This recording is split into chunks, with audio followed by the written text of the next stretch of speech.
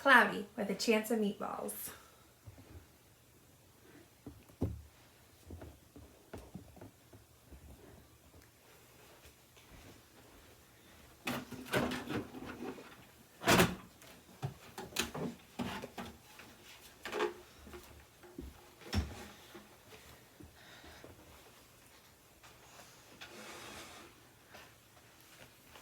Cloudy with a chance of meatballs.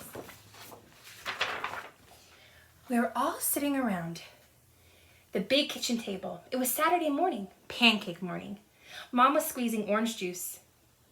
Henry and I were betting on how many pancakes we could eat, and Grandpa was doing the flipping. Seconds later, something flew through the air and toward the kitchen ceiling, and it landed right on Henry. After we realized that the flying object was only a pancake, we all laughed, even Grandpa. Breakfast continued quite uneventfully. All the other pancakes landed in the pan, and all of them were eaten, and every one, even the one that landed on Henry.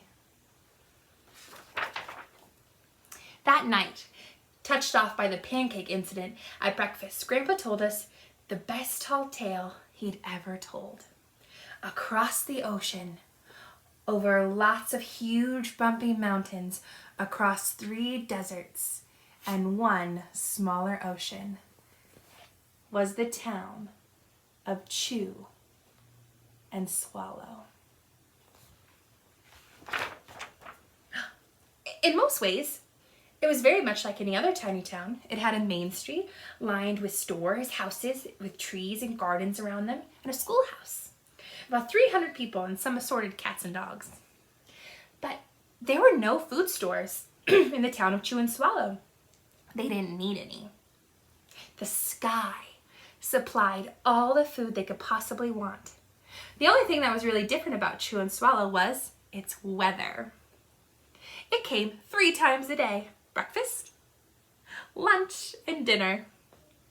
Everything that everyone ate came from the sky. Whatever the weather served was what they ate, but it never rained. It never snowed snow, and it never blew just wind.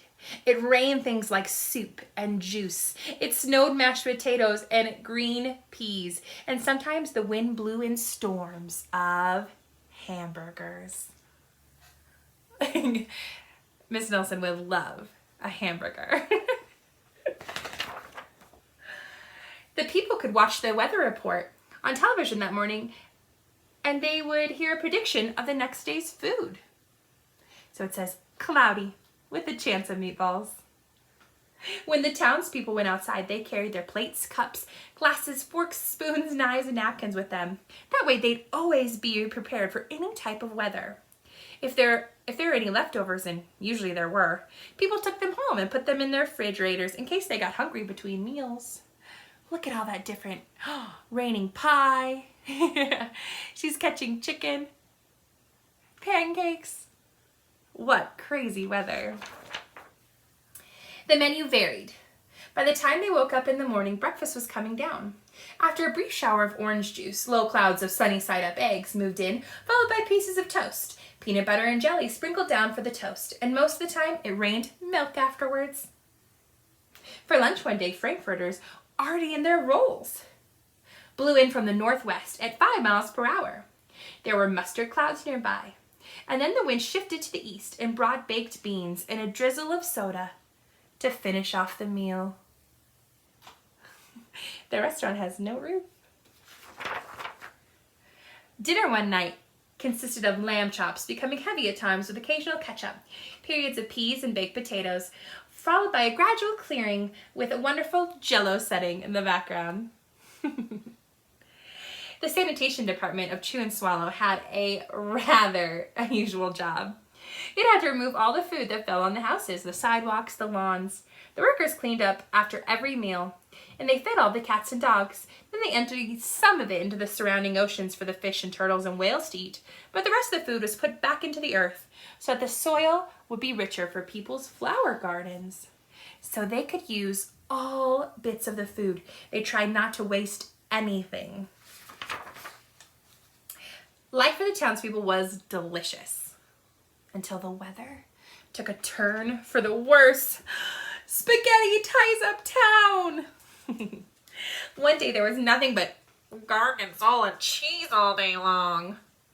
The next day there was only broccoli, but it was overcooked. The next day there was Brussels sprouts with peanut butter and mayonnaise. And the other day there was a pea soup fog, and no one could see where they were going, and they could barely find the rest of their meal stuck in the fog. The food was getting larger and larger. So were the portions. The people were getting frightened. Violent storms blew up frequently. Awful things were happening. On Tuesday, there was a hurricane of bread and rolls all day long into the night. There were soft rolls and hard rolls, some with seeds and some without. There was white bread and rye bread and whole wheat toast, most of it larger than they had ever seen before. It was a terrible day. Everyone had to stay indoors. Roofs were damaged, and the sanitation department was beside itself. The mess took the workers 4 days to clean up. The sea was floating full of rolls. To help people out, the people piled up as much bread as they could in their backyard. The birds picked at it a bit, but it just laid there and got stale. There was a storm of pancakes one morning, and a downpour of maple syrup that nearly flooded the town. A huge pancake covered the school. No one could get it off because of its weight, so they had to close the school. Maybe they're doing school online like we do.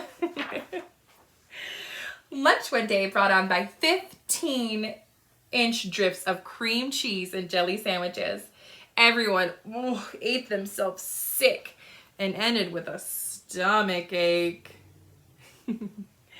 There was an awful salt and pepper wind accompanied by a even worse tomato tornado. People were sneezing themselves silly and running to avoid the tomatoes. The town was a mess. There were seeds and pulp everywhere. The sanitation department gave up. It was too big. Everyone feared for their lives. They couldn't go outside most of the time. Many houses had been badly damaged by giant meatballs. Stores were boarded up, and there was no more school for the children. Look at that. It looks good, but that would be a very hard place to live. So a decision was made to leave the town and abandon the town of Chew and Swallow. It was a matter of survival.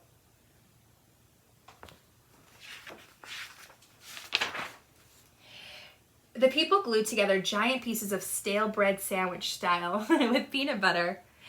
They took the absolute necessities with them and set sail on a raft for the new land. Do you see the shark trying to eat their sandwich? After being afloat for a week, they finally reached a small coastal town, which welcomed them.